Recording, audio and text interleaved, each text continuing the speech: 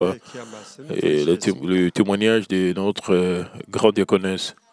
Maintenant, nous allons suivre le message du pasteur principal intitulé L'amour spirituel, la 13e session. Chers frères et sœurs, dans le Seigneur, tous les saints des églises branches et des sanctuaires locaux, les téléspectateurs de GCN et tous les enfants de Dieu qui assistent en ligne. C'est la 13e session de la série des sermons, l'amour spirituel. Jusqu'à la dernière session, je vous ai parlé de l'amour qui est patient et bon, comme dans 1 Corinthiens 13, 4.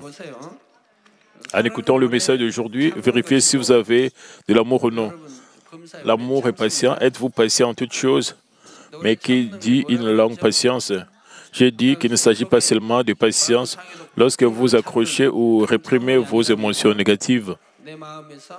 Bien sûr, au début, vous pouviez le tolérer comme ça, mais en priant, vous avez reçu de la force et maintenant vous l'avez surmonté et vous devez arriver au point où vous ne tolérez plus du tout. Je vous ai dit qu'être jaloux, vantard et arrogant n'est pas de l'amour. Aujourd'hui, je vais partager la grâce à travers le passage de la première moitié de 1 Corinthiens 13 et 5, disant « L'amour ne fait rien de malhonnête ». Malhonnête signifie, dans un dictionnaire, non conforme aux normes appropriées à sa position ou à ses conditions de vie.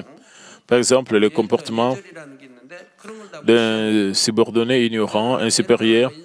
Il y a une chose appelée étiquette et le comportement consistant à ignorer toutes ces choses lorsqu'il dit bonjour. Il y a aussi des règles d'étiquette dont la salutation. Lorsque vous serrez la main, pensez à qui demande en premier de serrer la main entre un homme et une femme. De plus, lorsqu'il y a des supérieurs et des subordonnés qui devaient proposer de se serrer la main en premier, ce sont des choses qui appartiennent à l'étiquette. Lorsque vous vous saluez, établir un contact visuel est également considéré comme poli. Mais si vous regardez autre chose, ce n'est pas du tout poli. De plus, il est contraire à l'étiquette de simplement redresser les coups pour saluer. Vous devrez toujours pouvoir incliner légèrement la tête. Et il y a des moments où vous devrez vous incliner davantage selon la situation. Être impoli ou s'écarter des bonnes manières est appelé impoli. À notre grande surprise, de nombreuses personnes ignorent qu'elles ont agi de manière inconvéniente, même après avoir agi de manière grossière. Il y a une plus grande tendance vers ceux qui leur sont proches. En effet, traiter quelqu'un confortablement et sans faute peut facilement apparaître comme un comportement grossier. Ils offensent le sentiment des autres par des paroles et des actes inconvénients et causent parfois des dommages.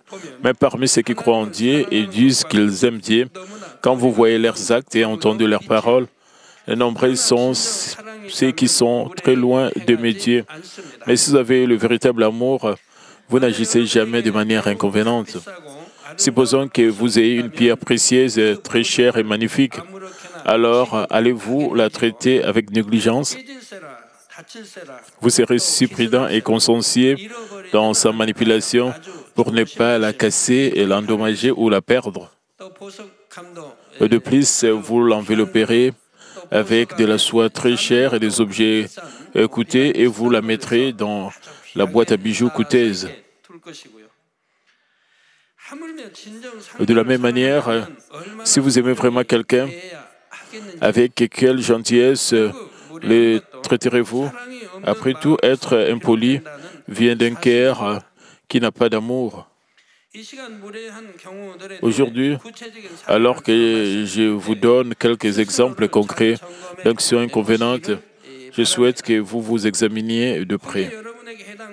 Si vous trouvez quelque chose en rapport avec votre vie, j'aimerais que vous puissiez le changer avec un cœur joyeux. Je prie au nom du Seigneur pour que de nombreuses personnes se sentent à l'aise et joyeuses de vous voir, et comme si elles rencontraient le Seigneur lui-même. Chers frères et sœurs en Christ, Il existe des situations d'action inconvénientes, la grossièreté devant Dieu et la grossièreté envers les hommes. Voyons d'abord ce qu'il en est de l'impolitesse devant Dieu. Dieu est invisible à nos yeux. Que devez-vous faire pour voir si vous avez agi de manière grossière ou non devant Dieu? Vous devez examiner le type d'attitude avec laquelle vous traitez les questions liées à notre relation avec Dieu. Les affaires de Dieu se réfèrent à tout, y compris le culte d'adoration devant Dieu, les prières, le louange, le sanctuaire de l'Église et les choses saintes qui s'y trouvent. Et par exemple, s'endormir pendant le culte est l'une des principales choses qui constituent une attitude impolie devant Dieu. Je vois certains d'entre vous s'assoupir pendant le culte, mais sachez que c'était un exemple représentatif d'être très impoli envers Dieu. Alors, sachez que Dieu ne vous écoutera pas lorsque vous priez. Un culte d'adoration est offert devant Dieu. Par conséquent, somnoler pendant le culte équivaut à somnoler devant Dieu lui-même. Ce serait tellement impoli de s'endormir devant le président d'un pays ou le PDG d'une entreprise. Supposons qu'il y ait une réunion de ministres avec le président ou une réunion de gouverneurs avec le président.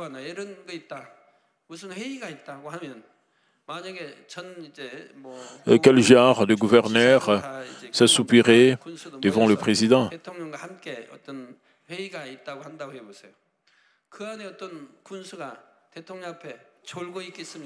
Et qui dormirait dans une telle réunion? Lorsque le dirigeant d'une entreprise se réunit et tient une réunion avec le président, le PDG, etc., et quel dirigeant dormirait? Personne ne ferait cela. Et comment osez-vous le faire si vous vous assoupissez devant Dieu, l'Éternel Tout-Puissant, alors que vous devez l'adorer en esprit et en vérité? Ou encore, supposons que vous rencontrez votre proche et que vous continuez à vous assoupir devant cette personne. Alors, combien cette personne serait offensée? Et si c'est votre... il ou elle doit peut-être... elle va douter de votre amour, pensant que vous ne l'aimez pas ou qu'il vous dira au revoir. Il devrait douter que vous l'aimez vraiment. En plus de s'endormir, avoir des conversations personnelles avec des personnes à côté de vous pendant les cultes ou rêver est également impoli. Surtout lorsque vous offrez de culte dans un sanctuaire local éloigné ou en ligne, vous devez être encore plus prudent. Dieu regarde tout le monde où que vous soyez. Un comportement comme celui-ci nous dit que l'adorateur manque de respect et de ferveur pour Dieu. Il ne s'agit pas seulement d'être impoli devant Dieu, mais aussi devant le prédicateur ou le modérateur. Par exemple, il y a un croyant qui parle avec une autre personne à côté de lui, ou qui a des pensées vaines, ou qui s'assoupit, alors que le prédicateur peut se demander si le message n'est pas assez gracieux. Il peut perdre l'inspiration du Saint-Esprit, de sorte qu'il ne soit plus capable de prêcher avec la plénitude de l'Esprit. Tous ces actes finiront par causer des désavantages aux frères et sœurs, et ce sont aussi des actes grossiers. C'est la même chose si l'on quitte le sanctuaire au milieu du culte. Bien sûr, certains bénévoles doivent sortir pour accomplir leur tâche afin d'aider pour les cultes d'adoration. Toutefois, sauf cas bien particulier, il convient de se déplacer seulement une fois que le culte est complètement terminé. Certaines personnes pensent que vous pouvez simplement écouter le message et partir juste avant la fin du culte, mais c'est très impoli. Je vous ai dit un jour les pratiques acceptables et agréables du culte dans les enseignements du Lévitique. Dans le Lévitique 1,6, Dieu ordonne à Moïse de dire « Il dépouillera l'holocauste et le coupera par morceaux ».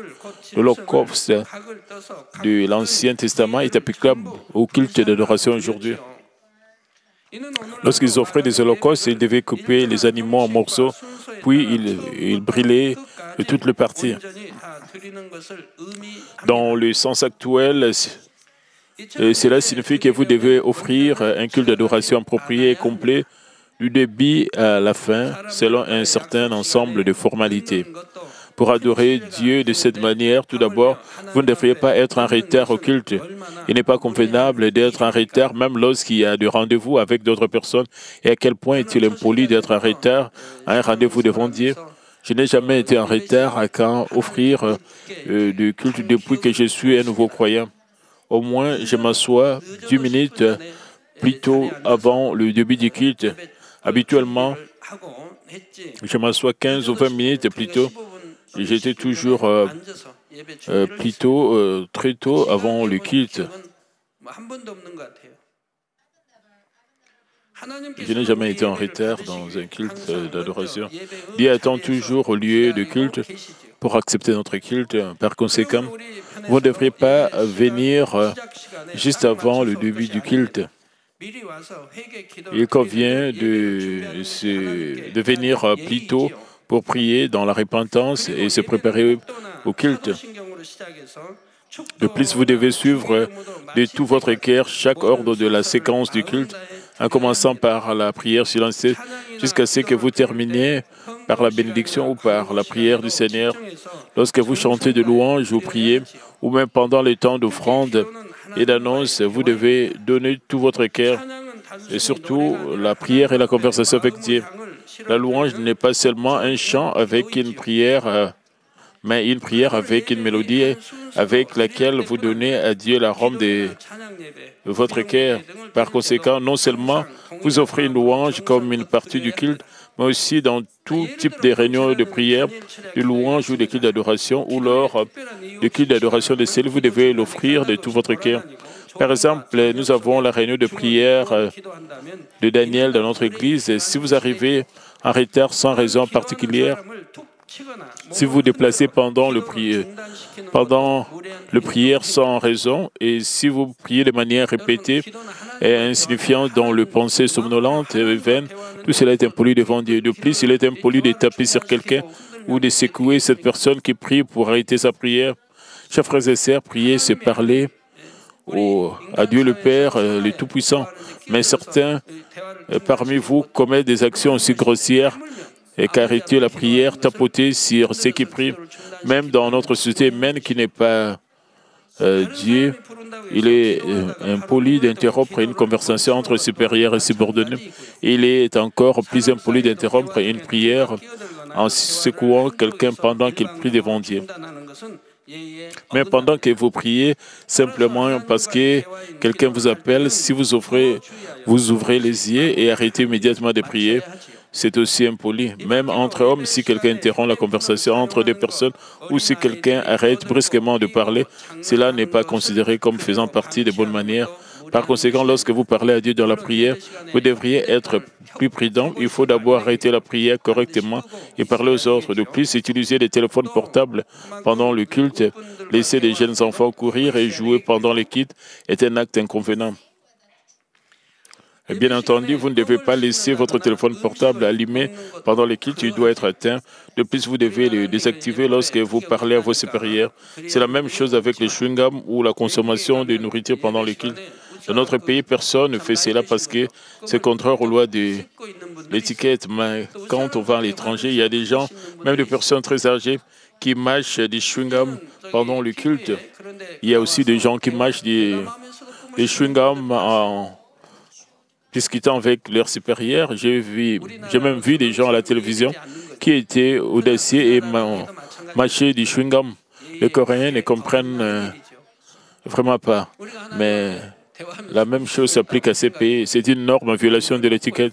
Pouvez-vous imaginer que nous mâchons des chewing-gums ou nous mangeons quelque chose tout en parlant Dieu. Pouvez-vous le faire devant un grand nombre de téléspectateurs qui regardent l'émission à l'antenne? La façon dont vous apparaissez lorsque vous venez adorer est également importante. Normalement, il n'est pas convenable de venir à l'église avec des vêtements de maison ou des vêtements destinés au travail. Si vous devriez rencontrer le président du pays, quel genre de vêtements porteriez-vous? Souhaitez-vous porter des vêtements de travail ou simplement une veste décontractée? Vous enfilerez probablement vos plus beaux vêtements de manière très soignée. La plupart d'entre vous enfileront probablement le costume. C'est parce que la tenue vestimentaire est un moyen d'exprimer notre révérence et notre respect envers notre personne. Les enfants de Dieu qui croient vraiment en Dieu savent comment Dieu est précieux.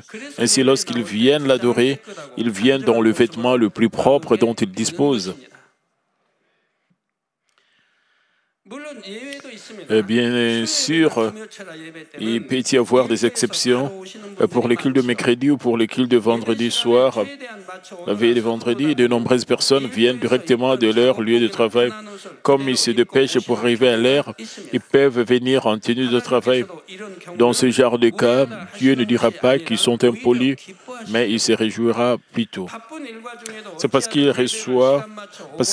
reçoivent leur cœur alors qu'ils essaient de venir à l'heure pour l'adorer même lorsqu'ils sont occupés à travailler.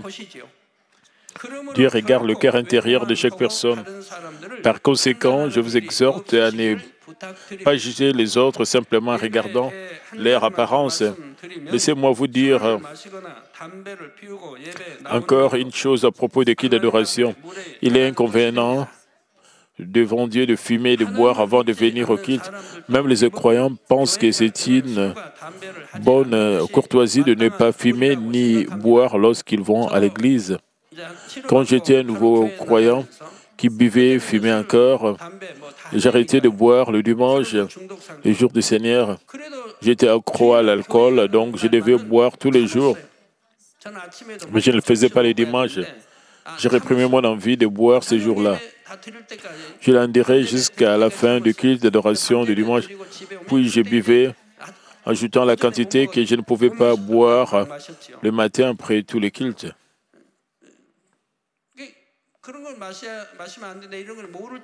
Je ne savais pas que je ne devrais pas boire ces choses avant le culte, mais j'étais un très nouveau croyant, mais ma conscience ne me laissait pas boire ou fumer avant le culte. J'ai donc résisté à l'envie de boire et de fumer jusqu'à la fin de tous les cultes. Et en tant qu'enfant de Dieu, que devez-vous faire? Si vous allez à l'église depuis longtemps, vous devez absolument vous débarrasser de ces anciennes formes de vie avec foi. Même si vous êtes un nouveau croyant, c'est une bonne manière devant Dieu de faire de votre mieux pour vous débarrasser de ces vieilles habitudes.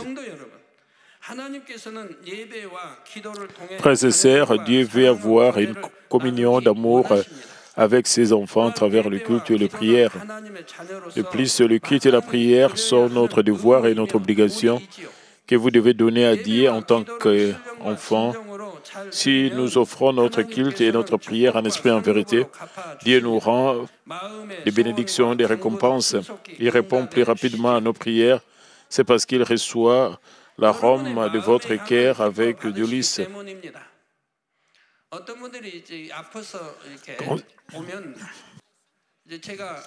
Quand certaines personnes viennent me voir parce qu'elles sont malades, je leur pose parfois des questions comme « Avez-vous parfaitement observé le jour du sabbat ?»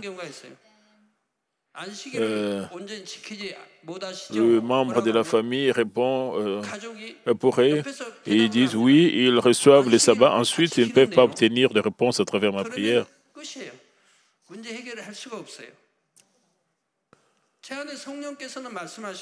Le Saint-Esprit en moi dit déjà qu'ils violent le sabbat, mais ils disent qu'ils ne le font pas. Et ils ne répondraient pas ainsi s'ils savaient ce qui signifie observer le sabbat. Le simple fait d'assister à l'église ne signifie pas que vous offrez le culte. adorer un esprit en vérité, sans être distrait et considéré comme adorer Dieu le Père. Mais certains réfléchissent à la manière de gagner plus d'argent au match de baseball, à la pêche, au golf pendant le culte. Et c'est absolument loin d'adorer à l'esprit en vérité. Cependant, il dit simplement que oui, ils observent le sabbat sans réfléchir à ce que signifie ma question. Ensuite, je ne peux pas passer à l'étape suivante. Plus tard, certains d'entre eux ont changé leur propos en disant, pasteur principal, j'ai répondu négligemment à ce moment-là. Mais en fait, j'ai parfois sauté le culte le dimanche soir.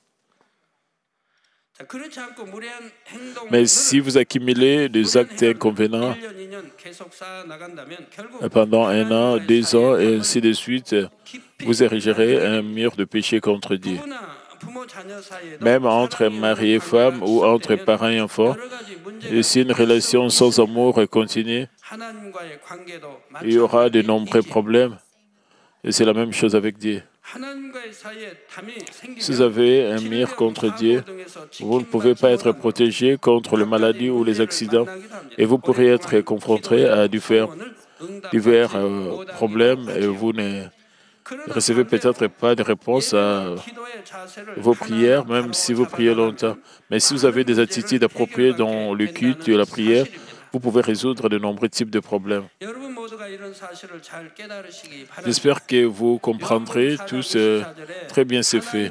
Jean 4, 24 dit, « Dieu est esprit et il faut que ceux qui l'adorent en esprit et en vérité. » Je prie au nom du Seigneur que vous offriez à Dieu qui est esprit et toute votre adoration, prière et louange en vérité et en esprit.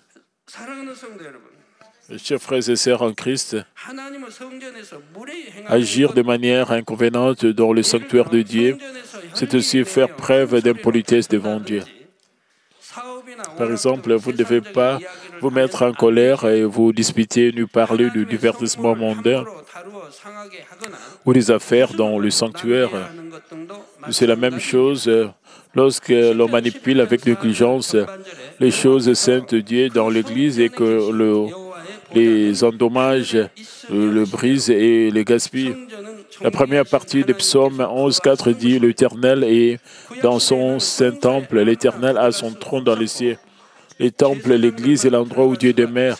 À l'époque de l'Ancien Testament, n'importe qui ne pouvait pas entrer dans le lieu saint. Seul le sacrificateur pouvait entrer.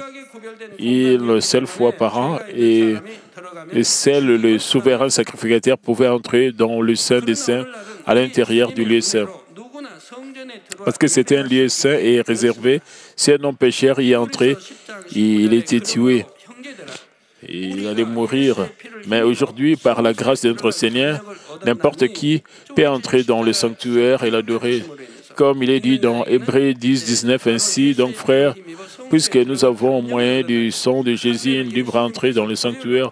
En d'autres termes, parce que notre Seigneur a porté la croix et versé son sang, les croyants ont désormais la confiance nécessaire pour entrer dans le sanctuaire par le sang de Jésus. C'est parce que Jésus nous a rachetés de nos péchés avec son sang. Même Jésus qui nous a donné ce genre d'amour n'a pas permis de déshonorer les saints temples. Lorsqu'il vit les gens acheter, vendre dans le temple, il les réprimanda sévèrement et les chassa en disant, dans Matthieu 21, 13, et il leur dit, il est écrit, ma maison sera appelée une maison de prière, mais vous, vous en faites une caverne de voleurs. Jésus renversa la table et le fouetta pour le disperser. Notre Seigneur l'a fait. Il était tellement en colère qu'ils ont profané le saint temple de Dieu, le temple où demeurait notre Père. Dans ces cas, notre Seigneur ne les a pas tolérés. Et c'est pourquoi il est écrit dans Matthieu 21, 13, « Ma maison sera appelée une maison de prière, mais vous, vous en faites une caverne de voleurs. » Le temple ici fait référence à la cour du temple. Pourquoi à l'époque, personne, à l'exception des sacrificateurs, ne pouvait entrer dans les temples? De plus, seuls les souverains sacrificateurs entraient dans ces saints des saints. Alors, où le culte devrait-il avoir lieu? Cela s'est déroulé à la synagogue. Cela signifie qu'ils ne pouvaient pas entrer dans le temple. Le temple dédié, la cour était donc un temple pour les gens ordinaires et la cour entière était aussi un temple. Mais que dit Dieu concernant l'achat et la vente dans la cour du temple? Que dit notre Seigneur? Ils disent qu'ils ont créé une caverne pour le voleur. Ce n'était pas dans le bâtiment du temple, mais seulement dans la cour du temple qu'ils vendaient des choses à offrir à Dieu. Mais Jésus n'a même pas permis ce genre d'acte. Ici, vous pouvez comprendre que le sanctuaire ne signifie pas seulement les lieux où vous adorez, c'est chaque espace à l'intérieur de limite qui constitue l'Église, y compris la cour et toutes les autres installations. Environ 1 million de personnes entrent dans le temple de Dieu à Jérusalem. La cour est si grande qu'elle peut accueillir 1 million de personnes. Les transactions y étaient effectuées. Les brebis, les pigeons et les vaches y étaient vendus en sacrifice à Dieu.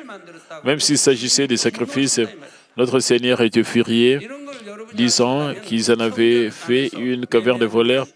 Si vous savez cela, vous ne devriez jamais acheter ou vendre à l'intérieur du temple. De plus, il ne faut jamais profaner le temple de Dieu. Et par conséquent, où que vous soyez dans l'Église, j'espère que vous ferez attention à dire ne serait-ce qu'un petit mot et que vous agirez saintement. Je vous exhorte également à gérer les choses saintes dans l'Église avec la même attitude. Psaume 84 dit « Mieux vaut un jour dans te parvis que 1000 ailleurs. Je préfère me tenir sur le seuil de la maison de mon Dieu plutôt que d'habiter sous les tentes de la méchanceté. » David, un homme de Dieu, a fait ce genre de confession. Il a chanté une chanson disant qu'il est bon d'être le gardien de Dieu. C'est mieux que toute autre chose au monde si je peux être utilisé par Dieu. Vous pouvez voir dans cette confession le cœur sincère du roi David de vivre dans le temple de Dieu, même s'il doit être simplement un portier. De même, plus vous avez d'amour pour Dieu, plus vous aspirez au temple de Dieu, et par conséquent, vous n'agirez pas de manière inconvéniente dans l'Église. Par conséquent, j'espère que vous gérerez précisément tout ce qui est lié à Dieu de tout votre mieux, juste comme vous agissez pour Dieu lui-même. Ce faisant, je prie au nom du Seigneur pour que votre relation amoureuse avec Dieu devienne de plus en plus profonde. Chers frères et sœurs en Christ, considérons ensuite le cas des grossièretés envers les autres. 1 Jean 4,20 dit « Si quelqu'un dit « J'aime Dieu » et qu'il haït son frère, c'est un menteur. » En d'autres termes, dire que vous aimez Dieu est un mensonge si vous détestez votre frère, car celui qui n'aime pas son frère qu'il voit, comment peut-il aimer Dieu qui ne voit pas?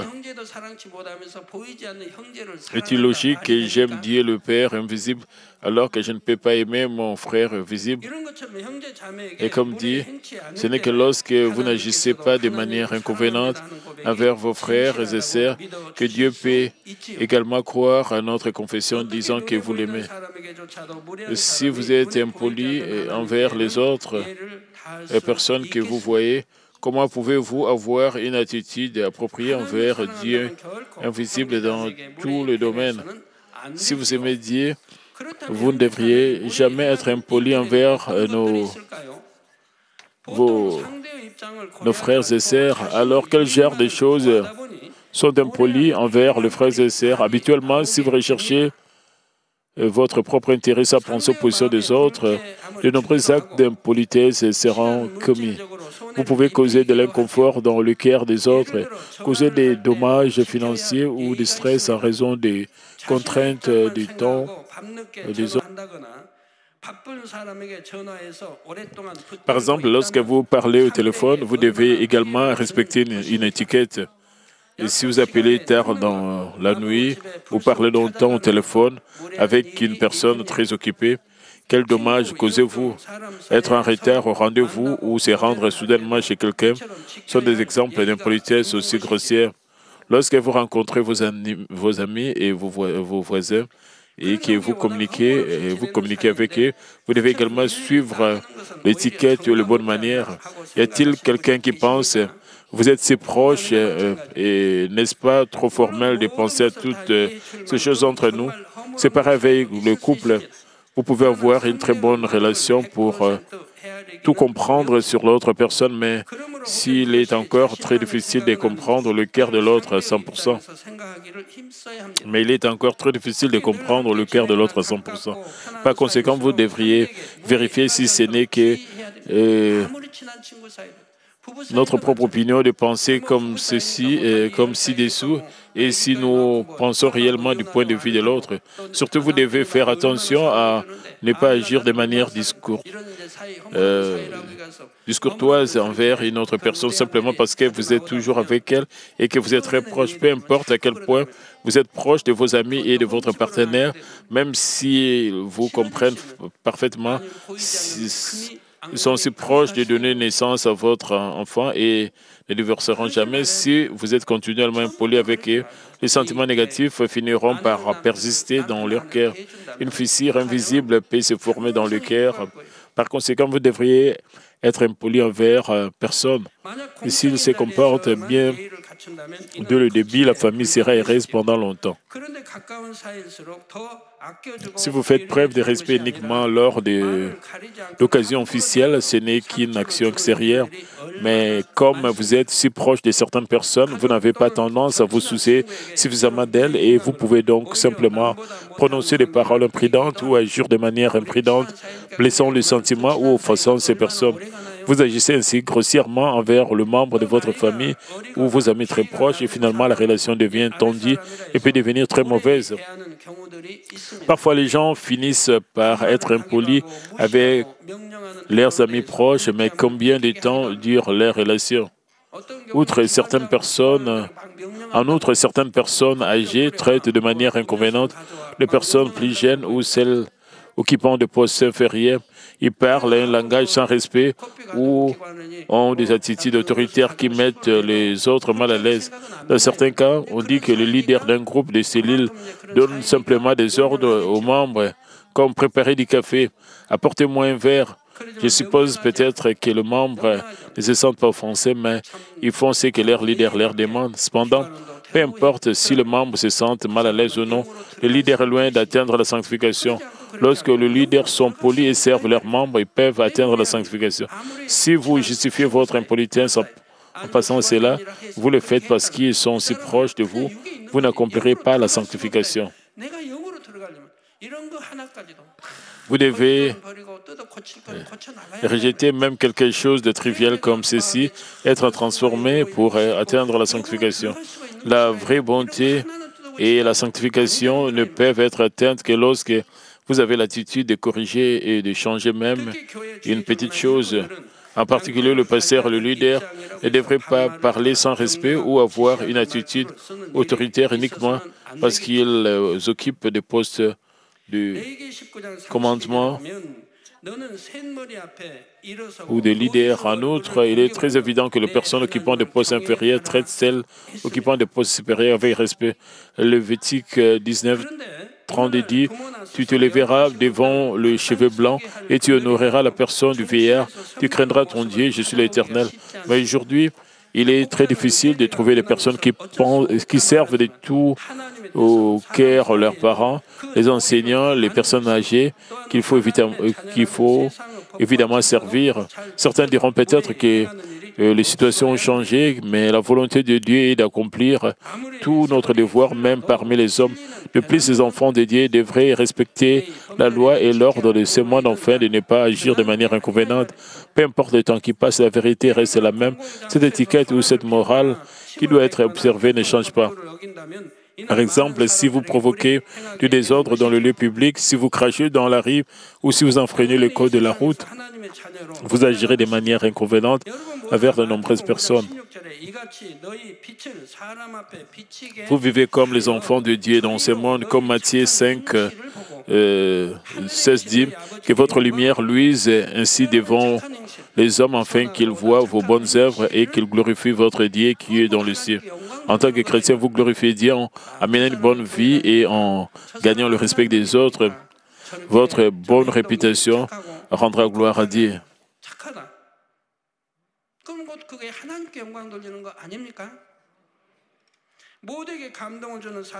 Je prie au nom du Seigneur que votre vie puisse toucher beaucoup d'autres personnes.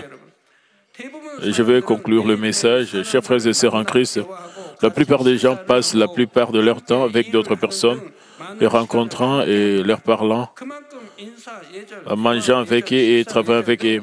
Dans cette mesure, il existe de nombreux types d'étiquettes culturelles dans notre vie quotidienne, comme dans les salutations, les conversations et le repas. Mais chacun a un degré d'éducation différent et les cultures sont différentes selon le pays et les races. Alors, qui devait être la norme de nos manières? C'est la loi de l'amour qui est dans notre cœur. La loi de l'amour fait référence à la loi de Dieu qui est l'amour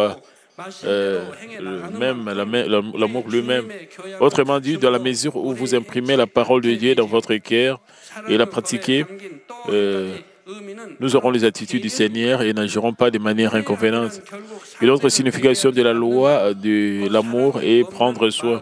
Après tout, être impoli est dû au fait de ne pas se soucier des autres, ce qui est un manque d'amour pour les autres.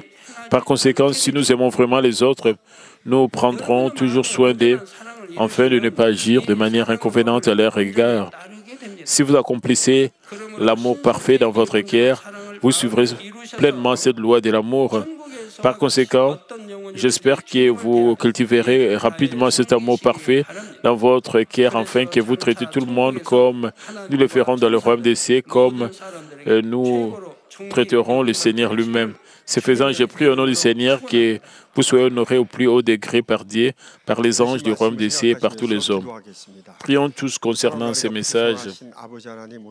Père éternel, merci encore pour ces messages très importants concernant l'amour spirituel et permet que nous puissions réaliser que l'amour ne fait rien de malhonnête et que nous devons toujours nous comporter d'une très bonne manière. Nous devons garder l'étiquette. Nous ne devons pas être grossiers, impolis, mais nous devons toujours être la lumière partout où nous serons, que les gens sentent que nous sommes les enfants de Dieu.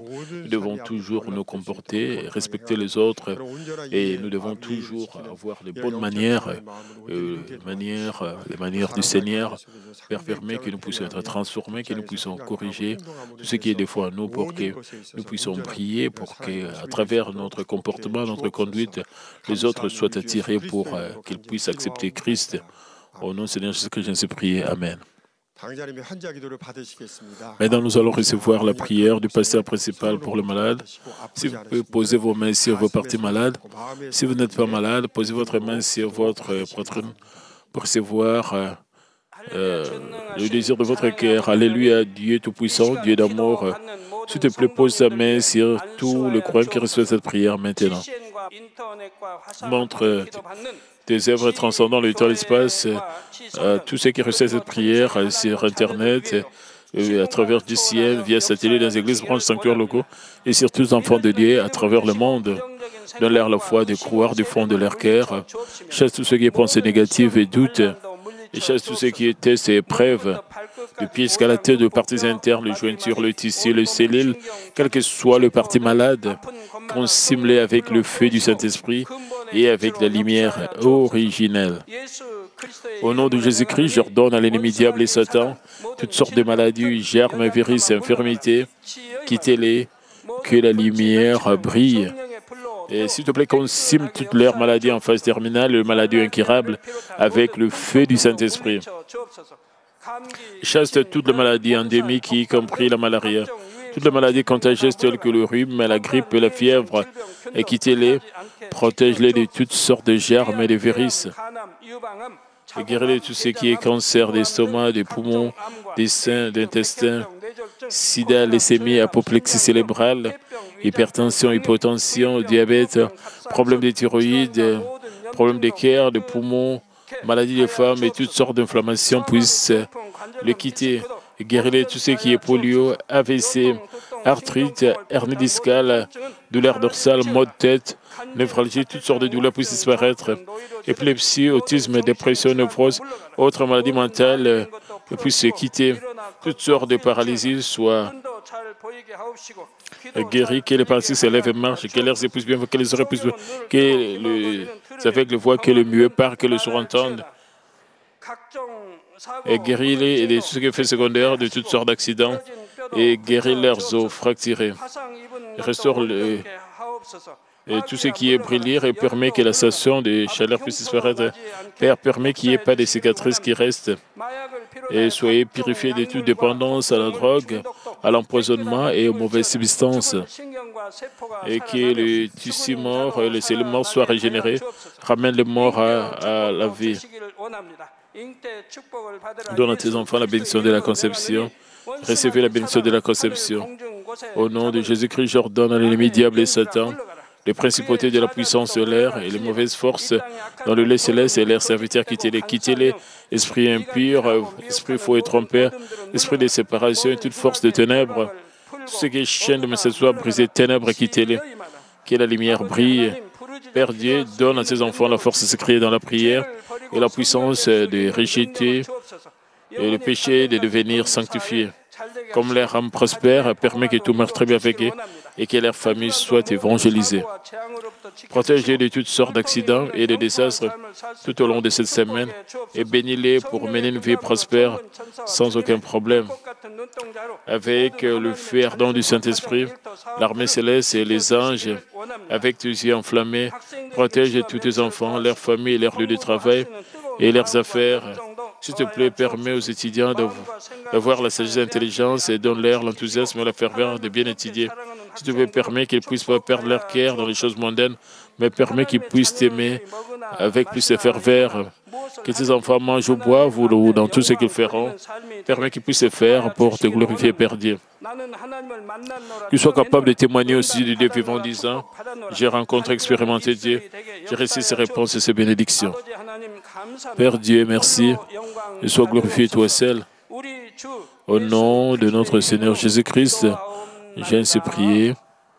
Amen.